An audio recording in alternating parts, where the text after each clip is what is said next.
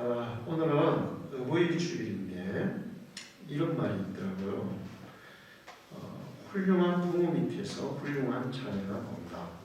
그런데 더 재미있는 얘기가 뭐냐면 훌륭한 남편은 아내가 만들고 훌륭한 아들은 어머니가 만든다. 결론은 뭐예요?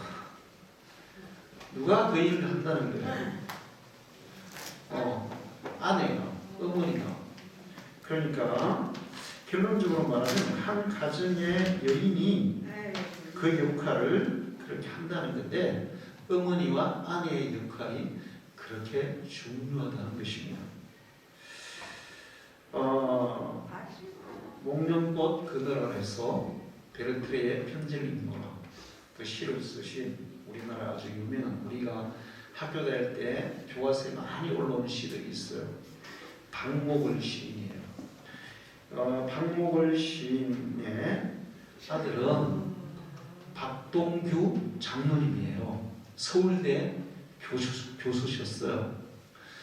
박목을 시인은 우리나라 시인으로서 정말 최고로 유명하신 분이고 그 아들 박동규 장로는 서울대 교수를 지내신 분이에요. 그런데 제가 그분들의 얘기를 쭉 보면서 박목을 시인이 어떻게 그렇게 훌륭한 시인이 될 수 있었고 그 아들 박동규 장로가 서울대 교수가 그렇게 훌륭한 사람이 될 수 있었느냐, 그것은 바로 그 어머니의 역할이었다. 그거를 알 수가 있었어요. 이 박목을 시인이 시를 맨날 쓰다 보니까 집이 엄청 가난했대요. 그래서 어머니가 이제 바느질도 하고 그래가지고 가정 생계를 책임졌나 봐요. 근데 아버지는 시인이다 보니까 갑자기 시를 써야 되겠다 그러면 그냥 앉아가지고 시를 쓰는 거예요. 자, 근데 어느 날 저녁에 이 박목을 시인이 자기 어머니한테 내가 시를 쓸 테니까 상을 가져오라고 했어요. 그때 뭐 책상이 없어요. 밥상을 이제 어머니가 닦아가지고 박목을 시인 앞에 이렇게 딱 갖다 줬습니다. 그리고 이제 박목을 시인이 글을 쓰기 시작할 때 그 부인이 그때 그 박동규는 6살이었고 그 동생은 10살이었나 봐요. 근데 그 동생을 얻고 밖으로 나갔어요. 자기 남편이 시 쓰는데 집중하도록. 아기가 옆에 있고 그러면 막 아기가 또 칭얼대고 울고 그러면 또 집중이 안 되잖아요.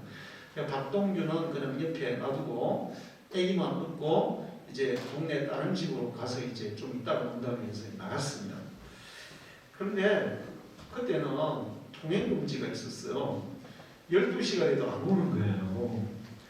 그래서 자기 아버지가 이제 시를 다 쓰고 책상에 이제 상을 물려놓고 그 6살인 동규한테 야, 내가 엄마 좀 찾아와라 이런 거예요. 그래서 그 깜깜한 밤에 박동규가 엄마 찾아 옆집에 몇 군데를 갔을 때 어머니가 없는 거야. 그래서 또 이제 다른 집으로 가려고 이렇게 가다 보니까 그때 막 눈이 엄청 많이 왔대요. 눈이 막 많이 오는데 길가에 눈사람이 하나 서 있더라는 거예요. 눈사람이 하나 서 있더라는 거예요. 야, 벌써 누가 눈사람을 만들어놨네? 그러면서 이게 지나갔는데 거기서 갑자기 동규야 이렇게 부르는 거예요. 그래서 누군가 봤더니 엄마가 거기에 눈을 맞고 아기는 뒤에 업었습니다. 이불을 덮었겠죠. 아기는 눈을 맞고 서 있어가지고 눈사람이 된 거야. 그래가지고는 엄마 왜 여기 있어? 그랬더니 너희 아버지 시 다 쓰셨니? 네, 지금 다 쓰셨어요. 엄마 빨리 찾아보라. 제가 모시고 왔어요. 그래서 이제 그 엄마가 이제 집으로 돌아왔어요. 자, 그리고 세월이 흘렀습니다. 이 박동규 이제 어린이가 어른이 돼서 엄마한테 물었어요. 엄마, 그때 가족들 생계 책임진다고 힘들지 않았어요? 그리고 그날 저녁에 엄마가 눈사람이 되어 있을 때 춥고 얼마나 힘들으셨어요? 그렇게 얘기를 했어요. 그랬더니 그 엄마가 뭐라 그러냐면 그래도 네 아버지는 밤에 그렇게 시를 다 쓰고 나면 발표하기 전에 제일 먼저 나보고 읽어보라고 해. 그러면서 웃으셨다는 거예요.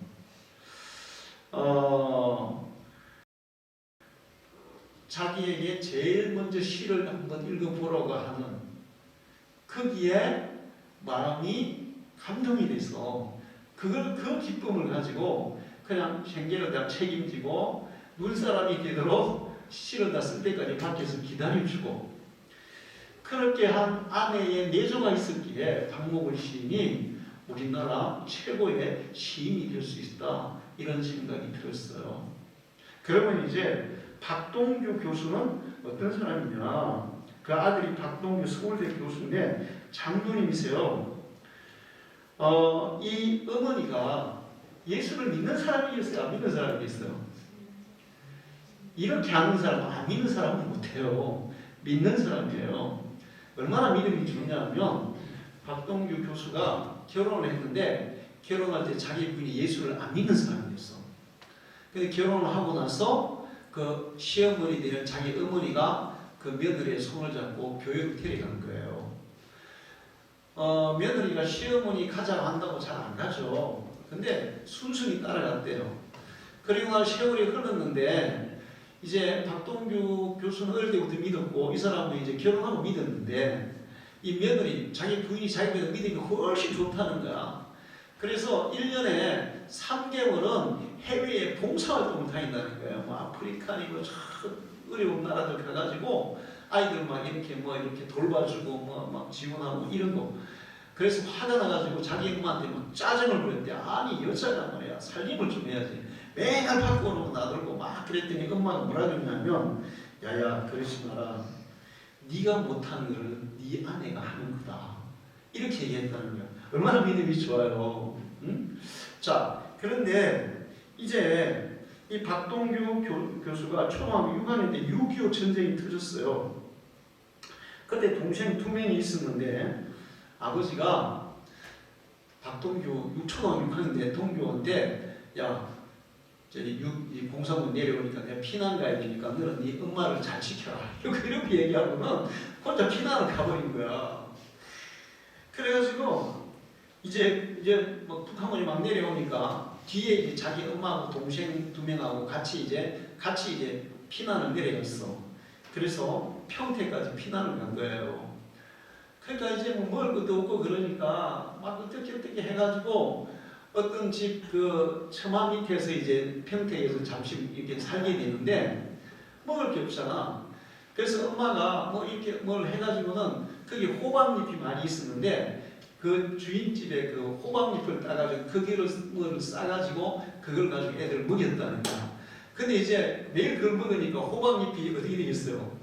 없어지잖아. 근데 주인이 야 우리 먹을 호박잎도 없는데 여기서 있지 말고 딴 데로 가라 그랬구나. 그래서 이제 이 애기들을 데리고 할 수 없이 야 이러다가 우리 굶어 죽겠다. 서울로 다시 돌아가자. 그래서 이제 서울로 돌아오는데 먹을 게 아무것도 없어서 이제 엄마가 그 돈을 벌기 위해서 한 일이 아까 뭐라 그랬어요? 바느질이라 그랬죠. 재봉틀이 하나 있는 거야. 그걸 피난 가면서 가져가는 거예요. 왜 가져갔겠어요? 그게 생계 수단이니까 피난 가서도 그 재봉틀 해가지고 이제 먹고 사러 갔는데 이제는 뭐 당장에 굶어 죽게 생겼어. 그래서 그 재봉틀을 팔아서 쌀을 이렇게 조그마한 한 포대를 바꿔온 거예요 이제. 그리고 이제 서울로 이제 돌아오는데 엄마는 3살짜리 동생을 업었고 또 이제 오뽀따리도 들고 그러니까 쌀은 이제 6학년들이 동규가 짊어졌어. 끈을 해가지고 이제 짊어졌어. 그리고 한참 오는데 한 31살쯤 먹은 청년이 오다가 같이 뭐 이제 아마 피난가 올라오는 것 같아요. 오면서 야 니 그거 무겁지 내가 들어줄게 이런 거예요. 그래서 이제 고맙잖아. 그래서 예 알겠어요 좀 들어주세요. 그 청년한테 이제 쌀자루를 맡겼어. 쌀포대를 맡겼어. 근데 이 청년이 앞에서 막 성큼성큼 가는 거예요.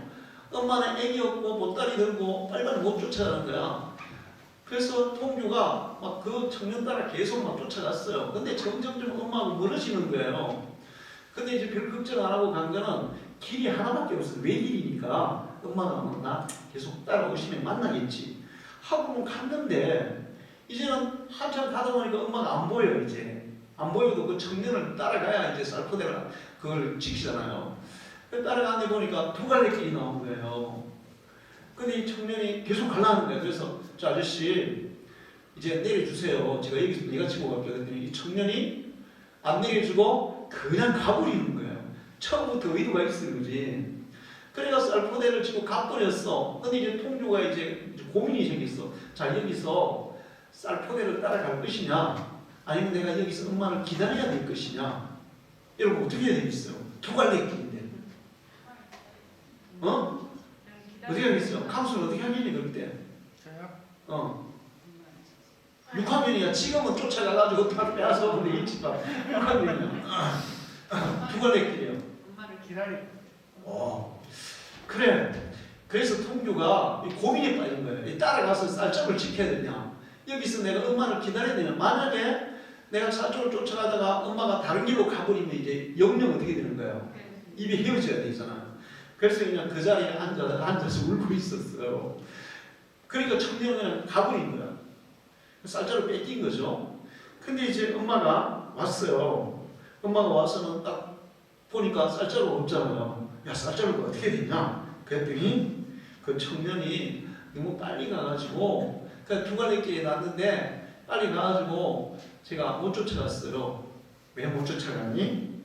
제가 쫓아가면 엄마하고 영원히 이별을 해야 될 것 같아서, 혹시라도 엄마가 다른 길로 가면 다시는 엄마를 못 볼 것 같아서 제가 할 수 없이 여기서 엄마를 기다렸어요. 이렇게 얘기를 했어요. 자, 그때 엄마가 얼굴이 하얘진 거야. 이게 이제 마지막 그 생명줄인데 그걸 놓쳤으니 얼굴이 하얘진 거야. 그런데 이 박통규에게 뭐라고 얘기했나? 이게 중요해요. 이렇게 얘기한 거예요. 내 아들아, 너는 영리하고 똑똑해서 의미를 잃지 않았네. 이렇게 얘기한 거예요. 그리고 내 아들아, 너는 영리하고 똑똑해서 아버지를 볼 낯이 있어. 이렇게 얘기한 거예요. 그 이후로 이 박동규가 마음속에 무슨 생각을 했냐면, 그래, 나는 영리하고 똑똑한 사람이 돼서 우리 어머니를 기쁘게 해드려야지. 이런 마음으로 살았다는 거예요. 그러니까 내가 영리하고 똑똑해서 어머니를 기쁘게 해드리려면 뭘 해야 되겠어요? 공부밖에 없는 거야. 그래서 열심히 공부를 해서 서울대를 갔고 서울대 교수까지 된 거예요. 자, 보통 어머니들 같으면 아이고 이 바보야, 너 때문에 우리 다 굶어 죽게 생겼다. 아이고 바보같이 그걸 뺏기고 그러냐, 이렇게 얘기했으면 이제 박동규가 마음속에 무슨, 그래 난 바보밖에 안 돼. 짤짤한데 뺏긴 바보야. 난 평생 바보야. 그럼 바보로 사는 거예요. 근데 너는 영리하고 똑똑해서 쌀자루는 이래도 괜찮아. 엄마를 잃지 않았네. 더 소중한 걸 지켰네. 그렇게 칭찬하니까 그 다음부터는 정말 그 엄마 말대로 영리하고 똑똑한 사람이 되기 위해서 살았다는 거예요. 제가 박동규 교수가 강연하는 걸 들었는데 마지막에 이런 얘기를 하더라고요. 엄마들이 자녀들에게 뭐가 되라, 뭐가 되라, 야 공부해라, 뭐가 되라, 이 공부 열심히 해라, 뭐가 되라, 이렇게 얘기한다는 거예요. 그렇게 하면 안 된다는 거예요. 아무 소용 없다는 거예요. 아이들에게 뭐가 스스로 뭐가 되라고 하지 말고 아이들이 내가 뭐가 되고 싶은 마음이 들도록 교육을 하라는 거예요. 되고 싶은 마음이 들도록 얘기를 하라는 거예요. 박동규 어머니는 박동규에게 뭐가 되고 싶도록 한 거예요. 너는 영리하고 똑똑한 사람이라 의미를 잃지 않았네. 그러니까 영리하고 똑똑한 사람이 되라고도 아니야. 너는 영리하고 똑똑한 사람이라 더 중요한 일을 지켰네. 이렇게 얘기하니까 그 다음부터는 영리하고 똑똑한 사람이 되기 위해서 열심히 공부하는 걸 한 번도 안 했어. 근데 열심히 공부를 하게 된 거예요. 그래서 서울대 교수까지 된 거예요. 제가 이 얘기를 들으면서 이제 이렇게 보면서 그렇구나. 아까 처음에 제가 얘기했죠. 훌륭한 남편은 누가 만들고? 아내가 만들고. 훌륭한 아들은 누가 만든다? 어머니가 만든다. 아 그래, 맞아. 그 말이 맞아. 그런 생각이 들었어요. 훌륭한 자녀를 키우려는 부모가 사실은 가장 성공적인 인생을 산 사람입니다. 신사임당은 우리나라 최고위권에 그 얼굴이 들어있어요. 우리나라에 뭐 훌륭한 사람들이 많잖아요. 근데 왜 거기에 신사임당이 들어갔을까요? 아직까지 우리나라는 그래도 남자 중심의 어떤 그런 사회라고 볼 수 있는데 신사임당 여자분이 5만 원 제일 비싼 고액권에 그 얼굴이 막 들어있어요. 신사임당이 훌륭할 수도 있겠지만 그거보다 뭘까요? 그 아들을 잘 키워서 그래요. 할렐루야. 그래서 그 우리나라 화폐에는 어머니는 5만 원권, 아들은 몇 원권에 들어있어요. 1,000원짜리 화폐에는 아들 얼굴이, 5만 원짜리 화폐는 엄마 얼굴이. 세상에 그 집안이 진짜 보통이 아니죠. 근데 그것이 왜 그렇게 됐냐? 신사임당이 아들을 훌륭하게 키워냈기 때문에 그렇게 된 거예요. 제가 이렇게 훌륭한 어머니들을 보니까 맹자 어머니, 맹모 삼천, 처음에는 묘지 근처에 살았는데 애가 맨날 아이고 이런 거 하는 거예요. 안 되겠다 싶어서 시장 근처로 이사를 갔더니 맨날 막 이거 사세요 저거 사세요 따라하는 거예요. 아이고 안 되겠다 싶어서 마지막에 어디로 이사를 갔어요? 서당으로 갔어요. 그랬더니 아이가 맨날 뭐 하는 거예요? 글을 따라 읽는 거예요. 그래서 맹자를 만든 거라고 얘기하죠. 우리나라에도 이 맹자의 어머니 같은 분이 한 분 있습니다. 누굴까요? 맹자의 어머니 같은 분이 누굴까요? 이 사람은 떡장사를 했어요. 네, 한석봉의 어머니죠. 한석봉의 어머니가 한석봉을 글 공부를 보내고 떡장사를 해서 한석봉을 뒷바라지 했죠. 한석봉의 엄마가 그리워서 공부하다가 집으로 돌아왔어요. 중간에 엄마가 보니까 아직까지 공부를 더 해야 되는데 이 아들이 돌아왔으니까 그래서 다시 돌려보내기 위해서 작전을 쓰잖아요. 자, 우리 불 끄고 나는 떡을 쓸 테니까 너는 글을 쓰라. 불 끄고 우리 한번 얘기를 해보자. 그래서 이제 불 끄고 했는데 해보고 끝나고 불을 딱 켜니까 엄마의 떡은 불 끄고 쓰고 아주 크기와 그게 일정하게 가지런하게 쫙 잘라놨는데 한석봉의 글씨는 어땠어요? 삐뚤, 빼뚤, 엉망인 거예요. 그때 한석봉이 그렇구나. 내가 아직 멀었구나. 우리 엄마가 이렇게 불을 끄고도 이렇게 떡을 가지런하게 썼을 정도로 그렇게 일을 해서 나를 뒷바라지 했네. 안 되겠다. 다시 올라가서 공부를 열심히 해서 우리나라 최고의 명필이 되었어요. 할렐루야.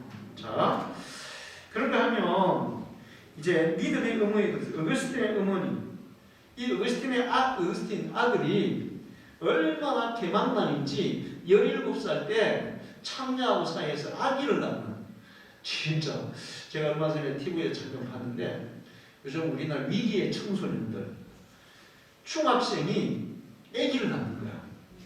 고등학생이 아기를 낳는 거야. 아기를 낳는 순간 그 아이들은 어떻게 될까요? 모든 게 다 정지되는 거예요. 학업도 정지되고 꿈도 정지되고 그냥 아이 키운다고 모든 게 다 정지되는 거예요. 그리고 이제 부모들도 그렇게 되면 그 딸들을 대체로 남자 쪽에서는 안 쫓아내더라고. 이상하게. 근데 딸 쪽에서는 얼굴 담으로 쫓아낼 거래요. 그게 위기죠. 어거스틴이 어릴 때 이제 그 진짜 위기의 소년이었어요. 근데 어머니 모니카는 어거스틴을 위해서 정말 하나님 앞에 불철주야 간절히 기도했어요. 그 말씀 우리 어거스틴이 하나님께로 돌아와서 공부를 해서 기독교의 성 어거스틴, 성자라고 칭송을 받는, 그리고 기독교 그 신학을 체계를 아주 체계적으로 잘 세우는 그런 훌륭한 성자 어거스틴이 있어요. 어거스틴만 그런 게 아니에요. 워싱턴, 미국의 초대 대통령 워싱턴의 어머니가 있어요. 워싱턴의 어머니는 정말 훌륭한 분이셨는데 워싱턴이 미국의 첫 번째 대통령이 된 거예요. 그런데 아들이 대통령이 되었는데도 어머니가 힘든 일을 계속 하는 거예요. 힘든 일을 계속 하는 거예요. 그랬더니 대통령 참모들이 이 대통령님 체면이 있지, 최신이 있지. 엄마가 저렇게 엄마가 저렇게 힘든 일을 하면 되겠어요. 그만하세요. 막 이렇게 말렸어요. 자, 그런데 워싱턴의 어머니가 그 얘기를 듣고 화를 벌어내는 거예요. 그럼 뭐라 그러냐면 내 몸을 움직여서 다른 사람을 기쁘게 하는 것은 보람 있는 행동이다. 내 몸을 움직여서 다른 사람들을 기쁘게 하는 것은 그거는 보람 있는 행동이다. 왜 그거를 못하게 하냐? 그 다음부터는 수혜분들이 얘기를 했을까 안 했을까요? 도리어 그것을 총경했다는 거예요. 요즘 우리나라의 젊은이들이 땀 흘리는 거, 힘든 일을 안 하려고 하고 있어요. 그런데 그 아이들이 왜 그렇게 돼 있을까요? 부모들이 아이들이 땀 흘리고 힘든 일을 그걸 안 하도록 하지 말라고 얘기하는 거예요, 자꾸. 근데 그렇지 않아요. 그래서 아이들이 요즘 뭐하냐면 비트코인, 그 다음에 주식 이런 것만 하는데, 얼마 전에 비트코인 있잖아요. 우리 청년들 절대로 하면 안 돼요. 비트코인 거기 그 거래소가 있어요. 거기에 4만 명이 그 거래소에 거래를 했는데, 그 거래소에서 사기를 친 거야. 그래서 돈이 얼마를 떼었냐면 1조가 날아갔어. 4만 명이 어떤 사람은 몇 천만 원 투자했는데 그게 피라미드식이었어. 그게. 그거 몰란 거야. 그래가지고 4만 명이 그냥 사기를 당한 거예요. 근데 거의 다 청년들이야. 쉽게 돈 벌려고 하는 거야. 그러다가 인생 쪽 나는 거야, 이게. 부모들이 아이들에게 정말 땀 흘려 열심히 일하는 것이, 그래서 선한 소득을 올리는 것이 그게 가치 있는 것이고 그게 귀한 것이고, 또 그걸 통해서 다른 사람들에게 유익을 주는 삶을 사는 것이 우리가 이 세상에 살아가는데 가장 귀한 삶이라는 것을 가르쳐주고 보여줘야 될 줄로 믿습니다. 할렐루야. 자, 그 외에도 화학자 뉴턴의 어머니, 발명한 에디슨의 어머니, 우리나라에는 김구 선생님의 어머니, 그리고 강감찬 장군의 어머니, 이런 훌륭한 분들이 많이 있었어요. 그 어머니들 때문에 그렇게 아이들이 자라서 훌륭한 사람들이 될 수 있었습니다. 자, 오늘 읽은 성경 말씀에 디모데가 나와요. 디모데는 사도 바울의 수제자이고 양아들이고 바울의 대를 이어서 초대교회를 이끌어간 훌륭한 지도자였어요. 그런데 그 디모데를 길러낸 두 명의 여인이 있었습니다. 한 사람은 외할머니고 한 사람은 디모데의 어머니였어요. 디모데의 외할머니의 신앙과 그 삶, 디모데의 어머니의 신앙과 그 삶을 통해서, 그것을 통해서 자란 디모데가 그렇게 훌륭한 지도자가 될 수 있다고 성경은 가르치고 있어요. 해마다 5일주일에 제가 부모를 공경하라, 어떻게 부모를 공경할 것이냐, 이런 공경에 대한 얘기를 많이 했는데, 오늘은 부모 쪽에서 우리 자녀들을 좀 더 바르게 훌륭하게 키워서 이 가문을 빛내는 부모가 되자, 이런 뜻에서 제가 말씀을 드리는 거예요. 오늘 설교 제목이 뭐예요? 잘 되는 집안이죠. 잘 되는 집안. 자, 보세요. 잘 되는 집안은 어떤 사람이냐? 부모보다 자식이 잘 될 때 잘 되는 집안이에요. 할렐루야. 부모가 아무리 돈을 많이 벌고 회사 회장을 하고 떵떵거리고 살아도 자식이 망가져버리면 그 사람은 인생을 잘못 사는 게 되고, 그 다음에 그 집안은 잘 못 되는 집안이 되는 거예요. 부모가 조금 가난하고 부모가 조금 부족해도 자식이 잘 되면 그 집안은 잘 되는 집안이 될 줄로 믿습니다. 우리 방주교회 성도들의 집안이 잘 되는 집안이 되기를 축원합니다. 앞으로 우리 청년들의 그 후손들이 잘 되는 집안을 이루기를 축원합니다. 그래서 오늘 여러분에게 이제 구체적으로 세 가지만 얘기하려고 하는데, 잘 되는 집안을 만들려면 어떻게 해야 될 것이냐 하는 거예요. 첫 번째는 부모들이 하나님을 경외하는 모습을 보여줘야 돼요. 경외하는 모습. 그냥 교회만 다니는 모습을 보여주면 안 돼요. 그래서 어떤 아이들을 보면 장모 아들인데, 아니 왜 아버지 문화 교회 안 다녀? 예수 안 믿어. 목사들인데 우리 아버지보다 흰물이 나요. 저는 예수합니다. 권사들인데 우리 어머니 보면 진짜 예수합니다. 이런 아이들이 있단 말이에요. 이게. 그러면 그 사람들은 교회만 다녔지 하나님을 경외하는 모습을 보여주지 못한 거예요. 하나님을 경외하는 모습을 범사의 자녀들에게 보여줘야 돼요. 하나님을 두려워하고 하나님을 공경하고 하나님을 섬기는 모습을 보여줘야 돼요. 그래야 자녀들이 바르게 잘 되는 자녀로 자랄 줄 믿습니다. 시편 128편 1절에 3절을 보면 여호와를 경외하며 그의 길을 걷는 자마다 복이 있도다. 그러면서 3절에 내 집안에 있는 내 아내는 결실한 포도나무 같으며 내 식탁에 둘러앉은 자식들은 어린 감람나무 같으리로다. 여호와를 경외하며 하나님이 말씀하신 대로 그 인생을 살아가는 하나님의 말씀대로 인생을 살아가는 그 집안의 자녀들은 어린 감람나무처럼 무성하게 정말 바르게 반듯하게 자라는 복을 주시겠다 그렇게 말씀하고 있어요. 경외해야 돼요. 여러분 하나님을 경외하기를 축원합니다. 지금 요즘 보면 제가 보면 교회만 다니는 사람 너무 많아요. 교회만 다니면 절대 안 돼요. 교회에서도 집에서도 사회에서도 하나님 믿는 사람으로서 그 모습이 드러나야 돼요.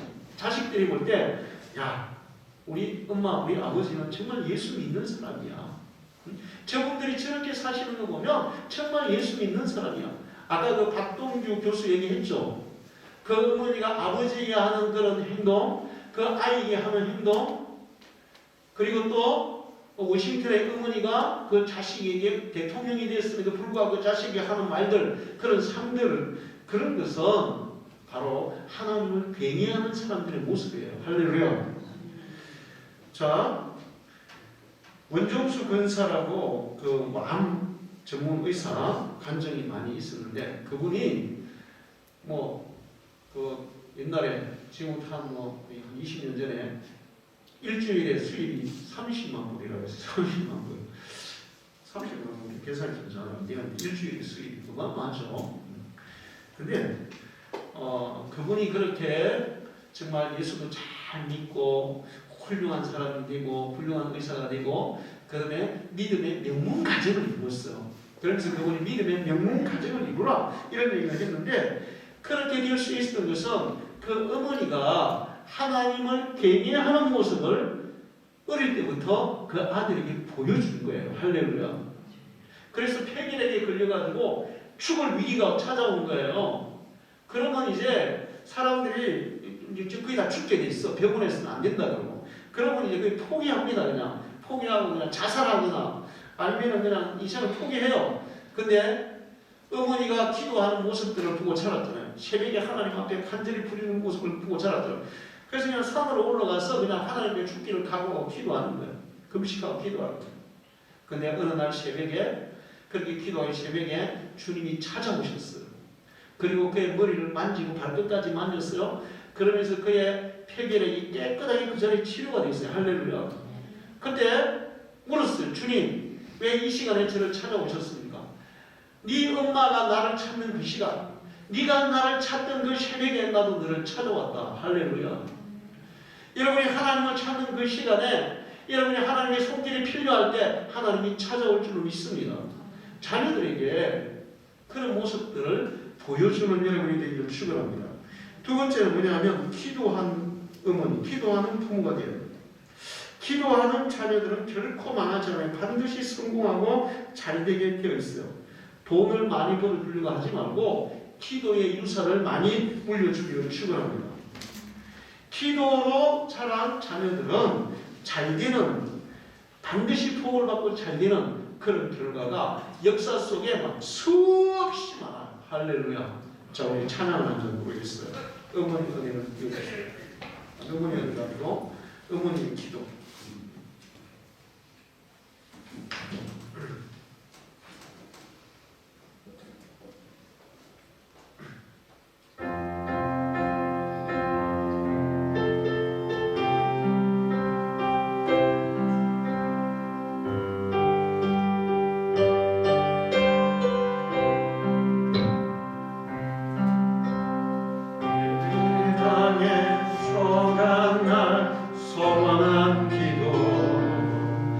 아들의 병을 고쳐주시며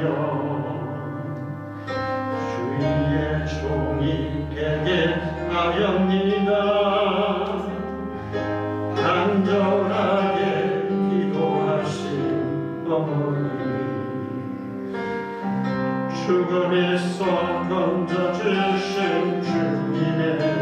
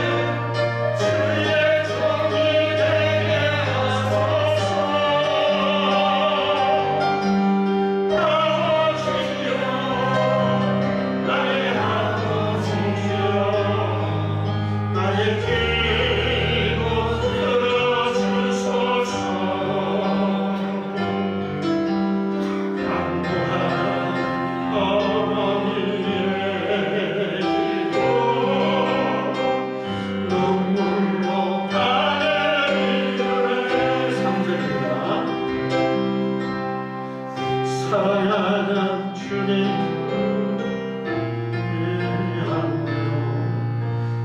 내게 용서입니다. 어머니가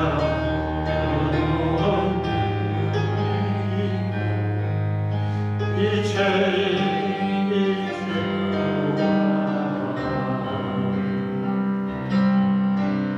주님의 복으로 전하시하오니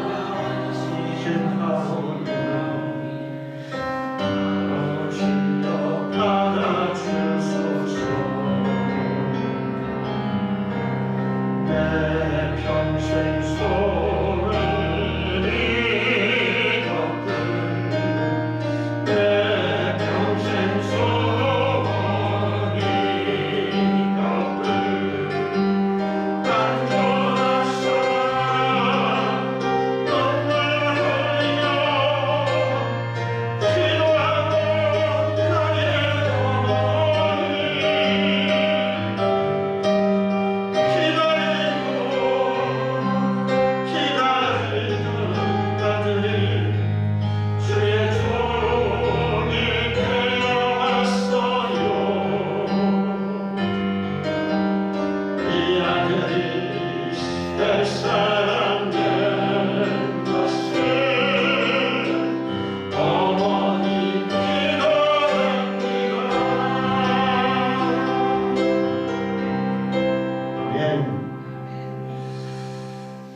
이런 간절한 기도가 있다면 우리 자녀들은 반드시 잘 될 줄 믿습니다. 그리고 그 집안은 반드시 잘 되는 집안이 될 줄 믿습니다. 여러분의 자녀들이 어려움이 있다면, 힘든 일이 있다면 정말 여기 이 노래처럼 눈물 뿌리며 기도하는 부분이, 그 다음에 눈물로 하나님 앞에 안전하으나 자식의 이름을 부르면서 기도하신 그 어머니의 기도 때문에 방탕하게 타락했던 아들이 돌아와서 하나님의 종이 되었다고. 아마 그렇게 되신 분이 이 노래를 만든 것 같아요. 우리 교회 다니시는 성도님들은 자녀들에게 다른 거는 해주실 생각 마세요. 그냥 정말 이 노래에 나오는 어머니처럼 안전하으나 간절히 눈물로 자녀들을 위해서 기도하는 믿음의 어머니가 되기를 축원합니다. 여러분이 그렇게 하시면 여러분의 자녀들의 길이 열릴 것이고, 꼬였던 그런 매듭이 풀어질 것이고, 실패했던 사람이 다시 일어날 것이고, 또 아무 희망이 없던 사람이 정말 새로운 희망을 가지고 용기를 가지고 비전을 가지고 다시 달려가는 그런 역사들이 일어날 줄 믿습니다. 할렐루야. 여러분의 기도가 여러분의 자녀들을 잘되게 하는 정말 절대적인 도구라는 사실을 기억하시고 우리 방주교회 성도들 자녀들을 위해서 안전한 선악 자나 깨나 기도하는 그런 기도의 부모님들이 되기를 축원합니다. 마지막으로는 자녀들을 사랑과 훈계를 적절히 좋아해서 양육해야 돼요. 요즘 어떤 부모들은 자녀들에게 너무 사랑만 많이 줘서 아이들이 철도 없고 무슨 의지도 없고 뭐 힘든 일을 뭐 하려고도 하지 않고 그리고 도전하지도 않고 꿈도 없고 그냥 편하게만 살려고 하는 그런 아이들이 너무 많아요. 부모들이 너무 아이들을 너무 편하게만 해준다고 뭐 사랑만 너무 주다 보니까 그런 현상이 일어나요. 또 반대로 아이들을 사랑을 안 주고 너무 방치해서 아이들이 병들고 죽는 그런 일도 지금 계속 많이 일어나고 있어요. 이 두 가지가 다 안 좋아요. 사랑과 훈계, 사랑과 징계가 적절하게 조화를 이룰 때 아이들이 잘 되는 역사가 있을 줄 믿습니다.